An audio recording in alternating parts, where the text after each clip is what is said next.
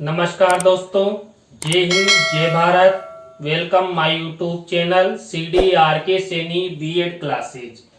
देखिए, हमारे YouTube channel के माध्यम से पाठ योजना निर्माण कार्यक्रम चलाया जा रहा है, जिसके अंतर्गत आप सभी को जो आपके टीचिंग सब्जेक्ट है उनकी पाठ योजनाओं का निर्माण करना बताया जा रहा है। आज की क्लास में हम सामाजिक अध्ययन पाठ योजना क्रमांक 5 के अंतर्गत ग्राम पंचायत इस टॉपिक का चयन करते हुए एक पाठ योजना का निर्माण करना आपको बताएंगे। तो आप सब बने रहें हमारे साथ, हमारे YouTube चैनल के साथ। और यदि आप हमारे YouTube चैनल पर पहली बार आए हैं तो हमारे YouTube चैनल को सब्सक्राइब करें और पास ही बने बेल आइकन के बटन को जरूर दबा देवे, जिससे हमारे द्वारा जब भी कोई न्यू पाठ योजना अपलोड की जाए या लाइव क्लास चलाई जाए तो उनके नोटिफिकेशन आपको मिल सके और आप पाठ योजना निर्माण करना सीख सके। देखिए, जब हम सामाजिक अध्ययन की पाठ योजना का निर्माण करते हैं तो सबसे पहले श्यामपट्ट पूर्ति का निर्माण करते हैं। श्यामपट्ट पूर्ति के अंतर्गत कक्षा, दिनांक, विषय, कालांश, समय और बीच सेंटर में हमारा प्रकरण लिखते हैं। प्रकरण को हमेशा अंडरलाइन करते हैं, इन्वर्टेड कॉमाज में बंद करते हैं। तो ये हुई हमारी श्यामपट्ट पूर्ति। श्यामपट्ट पूर्ति के बाद हम उद्देश्यों का निर्माण करते हैं। देखिए, उद्देश्यों और हमारे प्रकरण को ध्यान में रखते हुए हमें विशिष्टीकरण और अपेक्षित व्यवहारगत परिवर्तन बनाते हैं। तो यहाँ पर ज्ञान से संबंधित ये विशिष्टीकरण है और ये अपेक्षित व्यवहारगत परिवर्तन है। इसी तरह जो हमारा दूसरा उद्देश्य है अवबोध, अवबोध से संबंधित ये विशिष्टीकरण और ये अपेक्षित व्यवहारगत परिवर्तन। थर्ड नंबर का हमारा उद्देश्य है ज्ञानोपयोगी। देखिए, ज्ञानोपयोगी से संबंधित ये विशिष्टीकरण और ये अपेक्षित व्यवहारगत परिवर्तन। इसी तरह कौशल से संबंधित ये विशिष्टीकरण और ये अपेक्षित व्यवहारगत परिवर्तन। देखिए, यहाँ पर विशेष ध्यान रखा जाता है हमारे उद्देश्य को और हमारे प्रकरण को। देखिए, यहाँ पर यदि हमें हमारा उद्देश्य और प्रकरण अच्छी तरह याद है तो हम अच्छे विशिष्टीकरण यानी विशिष्ट उद्देश्य और अपेक्षित व्यवहारगत परिवर्तन यानी कि जो आप छात्रों में जो परिवर्तन करना चाहते हैं वो यहाँ पर बना सकते हैं। तो ये हमारे 4 उद्देश्य हुए। 5th नंबर का उद्देश्य है अभिरुचि। अभिरुचि से संबंधित ये विशिष्टीकरण और ये अपेक्षित व्यवहारगत परिवर्तन। इसी तरह देखिए, ये अभिवृत्ति से संबंधित विशिष्टीकरण और ये अपेक्षित व्यवहारगत परिवर्तन। आपको इसी तरह उद्देश्य, विशिष्टीकरण और अपेक्षित व्यवहारगत परिवर्तन बनाने हैं। इसके बाद कक्षा शिक्षण सहायक सामग्री। देखिए, कक्षा शिक्षण सहायक सामग्री 2 प्रकार की होती है, सामान्य और विशिष्ट। सबसे महत्वपूर्ण होती है विशिष्ट, कि आप यहाँ पर कौन से श्रव्य दृश्य का प्रयोग करेंगे या निर्माण करेंगे जो छात्रों के लिए उपयोगी हो, छात्रों को जल्दी समझ में आए। तो यहाँ पर हम चार्ट और चित्र का प्रयोग करेंगे। इसके बाद पूर्व ज्ञान, तो छात्र ग्राम पंचायत के बारे में सामान्य जानकारी रखते हैं। देखिए, ग्राम पंचायत प्रत्येक ग्राम में होती है। तो यहाँ तक हमारी प्रक्रिया हुई श्यामपट्ट पूर्ति, उद्देश्य निर्माण और कक्षा शिक्षण सहायक सामग्री और पूर्व ज्ञान। अब हमारी मुख्य पाठ योजना शुरू होती है, जो शुरू होती है प्रस्तावना के प्रश्नों से। देखिए, प्रस्तावना के प्रश्नों में मैंने आपको बताया था कि 3 से 5 प्रश्न बनाते हैं। प्रश्नों में तारतम्यता होती है, जिग जैग होता है, अंतिम प्रश्न समस्यात्मक होता है और छात्र अध्यापक, छात्र अध्यापिका द्वारा जो छात्रों को प्रश्न वितरण किए जाते हैं और जो प्रति उत्तर मिलता है उसी प्रति उत्तर से यहाँ पर प्रश्न बनाए जाते हैं। देखिए, यहाँ पर भारत के अधिकांश लोग कहाँ निवास करते हैं। देखिए, गांवों में तो गांवों से ही हमारा अगला प्रश्न बनेगा। गांव के लोग ग्राम विकास हेतु किसका चुनाव करते हैं? देखिए, गांव के विकास हेतु गांव के लोग किसका चुनाव करते हैं? ग्राम मुखिया का। अब इसी ग्राम मुखिया से अगला प्रश्न बना है, लोकतांत्रिक प्रक्रिया अंतर्गत गांव का मुखिया कौन होता है? देखिए, लोकतंत्र हमारे देश में है, तो लोकतांत्रिक प्रक्रिया के तहत गांव का मुखिया कौन होता है? गांव का मुखिया सरपंच होता है। अब सरपंच से अगला प्रश्न है, सरपंच कहां बैठकर गांव की समस्याओं के निदान हेतु निर्णय लेता है?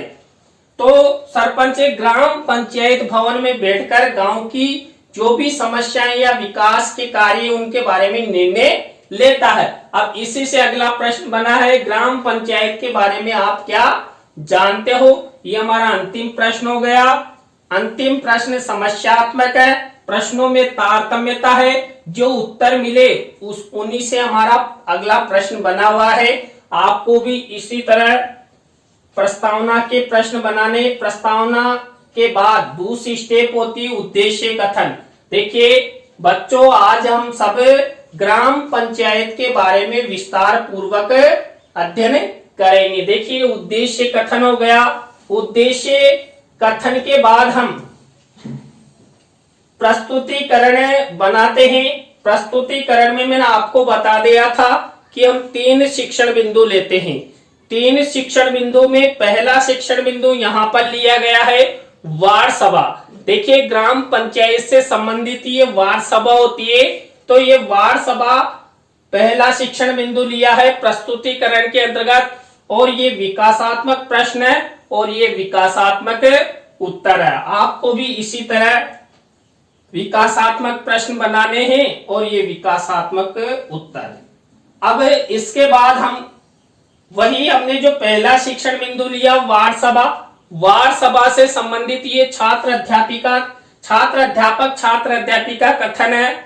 अब ये मौखिक रूप से किया जाता है, लेकिन जब पाठ योजना का निर्माण करते हैं तो आपकी पाठ योजना निर्माण डायरी में ये छात्र अध्यापक छात्र अध्यापिका कथन आपको लिखना होता है। और इसी में से जो कोई भी मुख्य शब्द है, कोई सेंटेंस है जिसको आप श्याम पट्ट पर लिखकर समझाना चाहते हैं, वो यहाँ पर श्याम पट्ट कार्य वाले कॉलम में लिखना होता है। देखिए, मैंने भी यहाँ पर श्याम पट्ट का मिनिएचर बनाकर यहाँ जो छात्र अध्यापक छात्र अध्यापिका कथन है इसमें से मुख्य शब्द या सेंटेंस को यहाँ पर लिखा है। अब इसी से रिलेटेड यहाँ पर शिक्षण सहायक सामग्री का प्रयोग किया जाता है।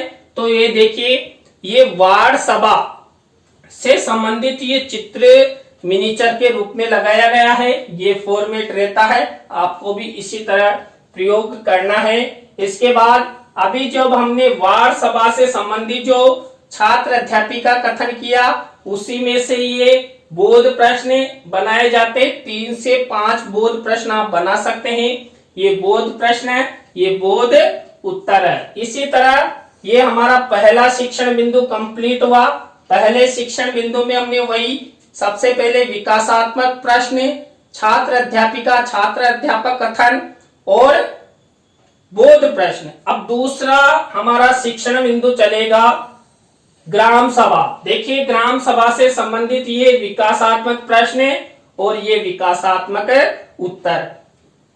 ये विकासात्मक प्रश्न किससे रिलेटेड है? ग्राम सभा से रिलेटेड है। अब ग्राम सभा से रिलेटेड विकासात्मक प्रश्नों के बाद वही हम सेकंड स्टेप वाली प्रक्रिया अपनाते हैं, छात्र अध्यापक छात्र अध्यापिका कथन।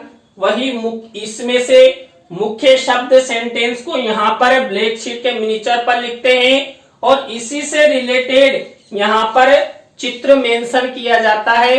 तो देखिए, ये ग्राम सभा से संबंधित चित्र यहाँ पर मिनिएचर के रूप में लगाया गया है। तो ये हुई हमारी छात्र अध्यापक छात्र अध्यापिका कथन। अब इसी में से हम बोध प्रश्न पूछेंगे। देखिए, वही बोध प्रश्न 3 से 5 बोध प्रश्न। देखिए, यहाँ मैंने 3 बोध प्रश्न बनाए, आप 4 भी बना सकते हैं, 5 भी बना सकते हैं। तो ये ग्राम सभा से रिलेटेड बोध प्रश्न हुए। तो हमारी जो दूसरा शिक्षण बिंदु हमने प्रस्तुतिकरण के अंतर्गत लिया, वो कंप्लीट हुआ। इसमें भी वही प्रक्रिया अपनाई, विकासात्मक प्रश्न, विकासात्मक प्रश्नों के बाद वही छात्र अध्यापक छात्र अध्यापिका कथन और बोध प्रश्न। इसके बाद हमारा थर्ड शिक्षण बिंदु है ग्राम पंचायत। अब ग्राम पंचायत से रिलेटेड ये विकासात्मक प्रश्न और ये विकासात्मक उत्तर। देखिए, विकासात्मक प्रश्न और विकासात्मक उत्तरों के बाद वही छात्र अध्यापक छात्र अध्यापिका कथन लेते हैं। ये छात्र अध्यापक छात्र अध्यापिका कथन है। मुख्य शब्द सेंटेंसों को यहाँ पर श्यामपट्ट के मिनीचर पर लिखा गया है और इससे रिलेटेड ग्राम पंचायत से संबंधित यहाँ पर चित्र मिनीचर के रूप में लगाया गया है। वही फॉर्मेट है, वही प्रक्रिया है। अब देखिए, जो छात्र अध्यापक छात्र अध्यापिका कथन है, इसी में से हम क्या करते हैं, वही बोध प्रश्न करते हैं। देखिए, मैंने यहाँ 4 बोध प्रश्न ले लिए। मैंने आपको बता ही दिया 3 से 5 बोध प्रश्न आप ले सकते हैं। तो ये हमारे 3 शिक्षण बिंदु कंप्लीट हो चुके हैं। तीनों शिक्षण बिंदुओं में हमने क्या क्या प्रक्रिया अपनाई। सबसे पहले विकासात्मक प्रश्न पूछे, विकासात्मक प्रश्नों के बाद छात्र अध्यापक छात्र अध्यापिका कथन किया। छात्र अध्यापक छात्र अध्यापिका कथन में से ही जो मुख्य शब्द है सेंटेंस है उसको ब्लैक शीट के मिनीचर पर लिखा, उससे रिलेटेड चित्र यानी मिनीचर के रूप में शिक्षण सहायक सामग्री वाले कॉलम में मेंशन किया। बोध प्रश्न पूछे, आपको भी इसी प्रक्रिया का निर्माण करना है। इसके बाद चौथी स्टेप आती है पुनरावृत्ति प्रश्न। देखिए, पुनरावृत्ति प्रश्न होते हैं जो हमने 3 शिक्षण बिंदुओं में बोध प्रश्न पूछे, उन्हीं प्रश्नों का रिपीटेशन होता है जो छात्रों के मूल्यांकन या अभ्यास कार्य के लिए होते हैं। तो ये 5 पुनरावृत्ति प्रश्न मेरे द्वारा बनाए गए हैं। ये पुनरावृत्ति प्रश्न है, ये पुनरावृत्ति उत्तर है। आपको भी इसी तरह नंबर 4 स्टेप अपनानी है पुनरावृत्ति प्रश्नों की। देखिए, 4th स्टेप के बाद हमारी 5वीं स्टेप आती है मूल्यांकन प्रश्न। देखिए, मूल्यांकन प्रश्नों के बारे में मैंने आपको कई बार बता दिया है। हम 3 तरह के प्रश्न लेते हैं, वही सत्य असत्य से संबंधित, वस्तुनिष्ठ प्रश्न, रिक्त स्थानों से संबंधित, अति लघुत्रात्मक लघुत्रात्मक प्रश्न। देखिए, यहाँ पर भी वही 2-2 प्रश्न लिए गए हैं। 6 प्रश्न, 3 प्रकार के प्रश्न लिए गए हैं और ब्लैक शीट का निर्माण करते हुए यहाँ पर क्या किया गया है, सिल्वर कलर के पेन से ये मूल्यांकन प्रश्न लिखे गए हैं। एक विशेष बात, यहाँ पर उत्तर नहीं लिखना है। देखिए, मैंने भी किसी का उत्तर नहीं लिखा। जब आपका फाइनल लेसन होता है तो ये मूल्यांकन प्रश्न आपको लपेट श्याम फलक पर लिखने होते हैं और जब आप कक्ष में इन मूल्यांकन प्रश्नों का वितरण करते हैं तब छात्रों से पूछकर ही यहाँ पर उत्तर लिखे जाते हैं। तो ये हमारी 5वीं स्टेप हुई मूल्यांकन प्रश्न। मूल्यांकन प्रश्नों के बाद वही गृह कार्य में वही निबंधात्मक प्रश्न देते हैं, 1 से अधिक पंक्तियों वाला देते हैं। तो ये फॉर्मेट है, वही ब्लैक शीट पर सिल्वर कलर के पेन से यहाँ पर होमवर्क का प्रश्न लिखा हुआ है। तो देखिए, आज की क्लास में हमने सामाजिक अध्ययन पाठ योजना क्रमांक 5 प्रकरण है ग्राम पंचायत के बारे में अध्ययन किया, पाठ योजना बताया आपको। आज की पाठ योजना आपको कैसी लगी कमेंट्स में हमें जरूर बताएं और अच्छी लगी हो तो लाइक करें, कमेंट्स करें और देखिए दोस्तों, शेयर तो जरूर किया करो। देखिए, शेयर करने से हमारे चैनल की भी ग्रोथ होती है और मुझे भी मनोबल मिलता है कि मेरे प्रशिक्षणार्थी मेरा सहयोग कर रहे हैं। नई पाठ योजना के साथ हम आपसे फिर मिलेंगे CDRK Saini B.Ed classes YouTube channel पर। तो जय हिंद, जय भारत, राम राम साहब।